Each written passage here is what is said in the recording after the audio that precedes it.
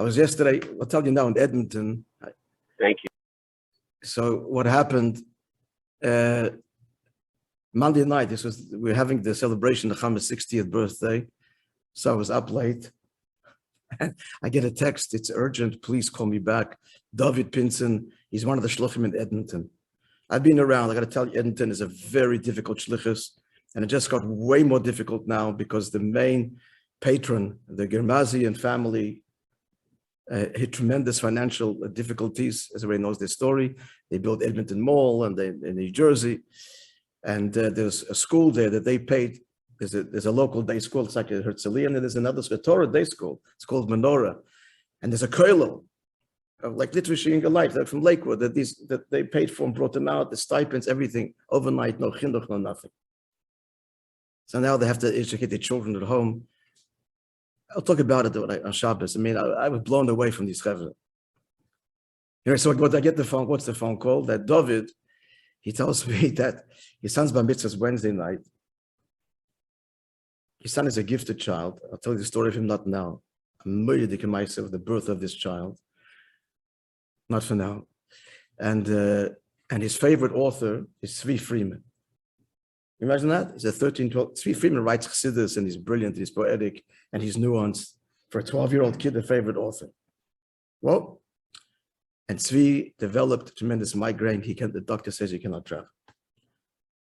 Last minute, Rabbi, could you, and my whole bar mitzvah is a speech. There's no dancing, there's hardly any food, mind you. The food is made it's okay over there. Food is made in the Chabad house, sushi and this, and some dessert. Could you come? So my instinct was, help out a shliach, I'm going to come. First I asked Nechama, should I go? She said, yeah, can you arrange everything? Everything can be, okay, this class, that class, supposed to teach in seminary, all the things, everything can be arranged. So I said, I'm coming. And I'm very glad I did. It was a big schus for me. So what am I telling you? Yes, on the way, just one little story. His mother, this is David Pinson, his mother is not a Lubavitcher. Now she is. Is the grandmother of the child.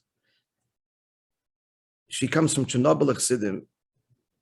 Her father was a war hero. I'm going to tell you a story, mind-blowing, what he did.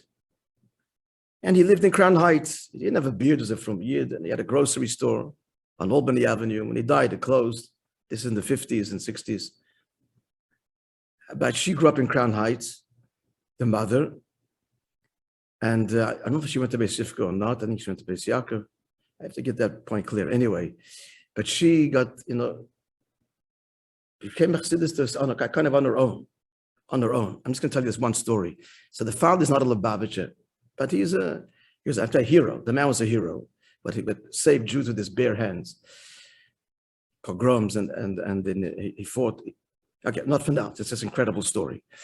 But so he had this grocery store, and he's living in Crown Heights. Crown Heights in those days was full of rebbes, and there was a creme de Jewish white. In the words of J.J. Hacht, it was lily white in those days. And the biggest conservative synagogue was in America, was in Eastern Parkway. That's only Torah. So that's where Jewry was. So I figured the Dafka chose to be there because that's where he wanted to bring Chassidus into the heart of America, which was Crown Heights in those days. So he had this grocery store in Albany. It's Erev Rosh Hashanah. And he's thinking it was already late, closing the store. He said, I should have gone by to the Lubavitcher to give a kvittel. Rosh Hashanah to give a... Right? So he missed it, too late. She's now, his closing store is going out. The Rebbe's car drives up on the way to the oil, the Erev Rosh Hashanah, with all pajoinas. The Rebbe tells the driver, stop. He goes into Albany, that was the way to go. Down the window, I think his name was the Bistro. Yeah, he's so named the Bistro. The Rebbe wished him whatever, a bit year. And they kept on driving. He stood there. Anyway, so his mother, let's get to my story. So his mother grew up in Crown Heights, he fell in love with the Rebbe. She used to come to Fabrengens, etc. So once it was a Fabrengen, the women's section is upstairs. And, she's trying to see, at women's section, it's very hard to see or hear. And the Rebbe Chana noticed that this girl, so she says, calls it, come sit next to me. She turns to me, people are shocked. Who's this girl? No one even knows her name. And she said to when around the Sie folgt mein Sohn, she listens to my son. She sits next to me.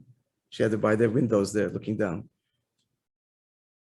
There's a story behind that as well. Anyway, okay, so we will continue more stories. Shabbos, I'll tell them in the sermon.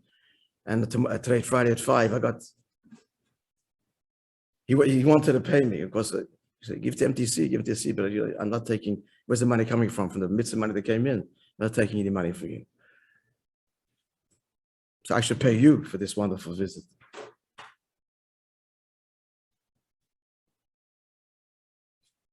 Lots of stories. So Be'ez Hashem will share them with you. Okay.